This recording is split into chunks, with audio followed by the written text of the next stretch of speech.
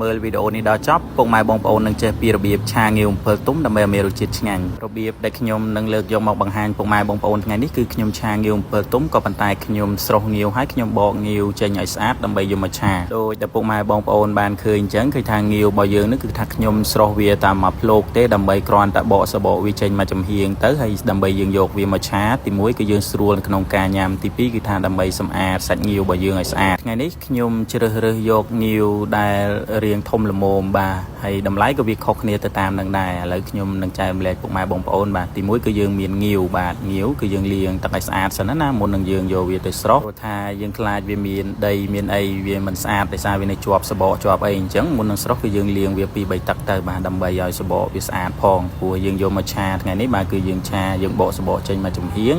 ចឹងវានៅមកចំហៀងទៀតចឹងខ្លាចវាមានដីមានផុកមានអីចឹងណាងាវឆាអំពិលទុំអត់ពិបាកនៅក្នុងការធ្វើទេពុកម៉ែបងប្អូនទស្សនាវីដេអូនេះហើយសង្ឃឹមថាអាចធ្វើបានហើយណាព្រោះខ្ញុំបង្ហាញច្បាស់មែនតើនៅក្នុងវីដេអូបាទហើយខ្ញុំមានខ្ទឹមសខ្ទឹមក្រហមបាទហើយមានម្ទេសបន្តិចហើយនឹងជីនាងវងបាទឥឡូវខ្ញុំចាប់ដើមស្រុះជាមួយនឹងងាវបាទពេលដែលយើងដាំទឹកពុះបាទចាក់ងាវចូលរាប់1 2 3 4 5បាទស្រង់វាឡើងមកត្រាំជាមួយនឹងទឹកត្រជាក់បាទបន្ទាប់មកគឺយើងបកវាទៅ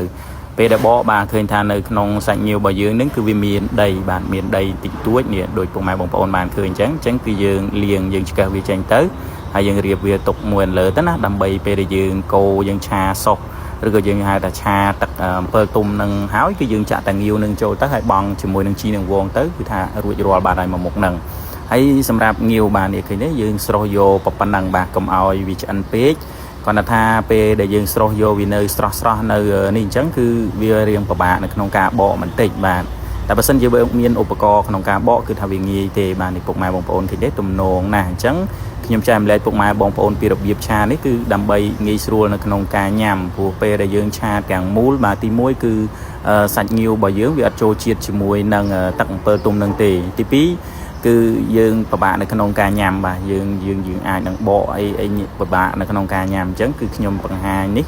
ជារបៀបដើម្បីងាយស្រួលនៅក្នុងការញ៉ាំផងហើយឥឡូវខ្ញុំចាប់ផ្ដើមចាក់ជាមួយនឹងខ្ទឹមសខ្ទឹមក្រហមបាទយើងកូរវាឲ្យឈ្ងុយតិចទៅជាមួយនឹងទឹកអំពិលទុំដាក់ម្សៅស៊ុបខ្នុរអំបិលបន្តិចហើយនឹងប៊ីចេងបន្តិចទៅបាទហើយបើមានសាតេយើងបន្ថែមជាមួយនឹងសាតេតិចទៅណាទឹកត្រីបន្តិចបន្ថែមជាមួយនឹងស្ករត្នោតបន្តិចទៅហើយយើងថែមទឹកប្រហែលជាមួយវែកបាទដើម្បីឲ្យគ្រឿងក្រៅរបស់យើងហ្នឹងវាសព្វចូលជាតិគ្នាល្អបាទឥឡូវយើងចាប់ផ្ដើមចាក់ជាមួយនឹងងាវដែលយើងបានបកមិញហ្នឹងបាទយើងចាក់វាចូលបាទគ្រាន់តែចាក់ងាវចូលភ្លាមគឺយើងចាក់ជាមួយនឹងជីនាងវងចូលបាទចាក់ជីនាងវងចូលហើយកូរវាមកត្រឡប់ពីបិទភ្លើងរួចជាការស្រេចរួចរាល់ហើយមុខម្ហូបមួយមុខនេះងាយធ្វើណាស់ពុកម៉ែបងប្អូនបាទបើមិនទាន់ចេះធ្វើទស្សនាវីដេអូនេះហើយសង្ឃឹមថាអាចធ្វើកើតដែរបាទដោយសារខ្ញុំបង្ហាញអស់ហើយនៅក្នុងវីដេអូនេះបាទឥឡូវគឺថារួចរាល់ទំនងណាពុកម៉ែបងប្អូនបាទពុកម៉ែបងប្អូនអាចយកទៅសាធ្វើញ៉ាំបានបាទគ្រឿងផ្សំរបស់វាអត់មានអីច្រើនទេថាងាយទេហើយក៏ឆាតែមួយផ្លែតគឺថាបានញ៉ាំហើយមិនយូរដូចមុខម្ហូបដទៃទេសម្រាប់ងាវឆាអំពិលទុំនោះបាទហ្នឹងហើយវីដេអូមានតែប៉ុណ្្នឹងទេអរគុណពុកម៉ែបងប្អូនដែលទស្សនាវីដេអូពីដើមរហូតដល់ចប់បាទអរគុណជួបគ្នាវីដេអូក្រោយៗទៀត